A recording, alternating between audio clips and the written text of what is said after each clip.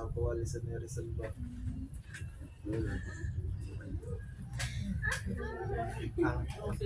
Lisod na kay bay sa balay-bay. Sa mga sa akong pag-eskwela, lisod kayo kay wala yung tabang sa kuha. Wala mo sa financial kay si mama is na bahay na po sa lisod. Sige nag-file of the look. Okay na na iya sa ligro sa Ginoo ya. Alasan. Sige bay. Pata si Janet na, Lord God. Si Janet, Lord God, yung gabayan, Lord God, yung mga problema, Lord God, sa Lord God, kawala ang Lord God, itong ayot, ang Lord God, yung sa mga pamilya, Lord God, ikaw mag-promote sa lukan, Lord God, kung sa mga ilang maya, Lord God, in Jesus' name, amen. Okay, sa atong kinabuhi na ay mga butang na di nato gina-expect mahitabo. Mga butang na dili nato hawak ang mga panghitabo. Busa dili nato ilet na kani makababag sa atong pagsalig sa atong Ginoo. Sama sa estudyante sa among story na ay mga pagsulay sa iyang kinabuhi na wala na siya kabalo sa ang paghingkawas.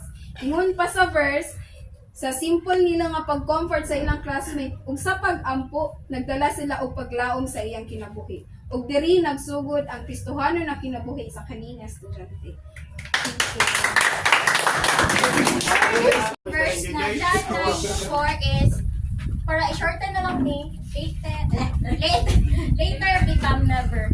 So dapat di jud ta magsigi unya-unya kay ang unya-unya di na jud mahitabo. So mao lang.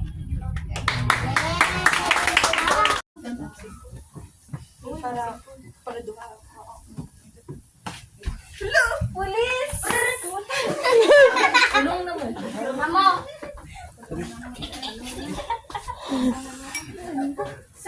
Sa ilahang gibuhat nga lang pagpangawat nakulong sila o bilang adlaw nagbasol silang duha.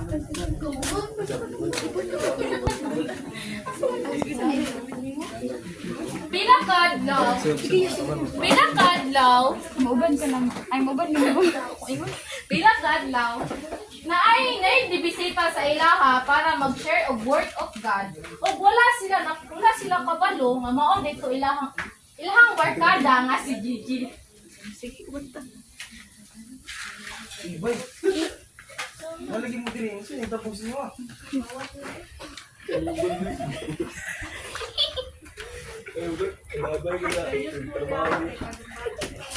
Ay, bay. Dili layon bay. Di gugma mo sa Ginoo magubra siya ang pulong sa John 3:16.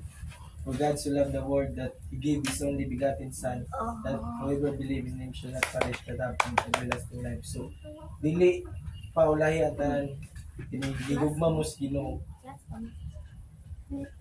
Samtang nagwali sila Gigi dito sa prisuhan, nakarealize ang duha ka magbarkada nga si Dudong ug si Kambal nga mali ilang gibuhat ug kailangan nila hinusula ng ilahang mga sala. Si Dodong. Pila kadlaw ni Ana, naabot ang pila kadlaw ni Ana, nakagawa sila ang magbarkada tungod sa ilang gibuhat sa kulungan nga maayo. Bawas na mo. Thank you Lord. So, gaoy. Gamit mo dito. Gamay puli. Tarang nimba na.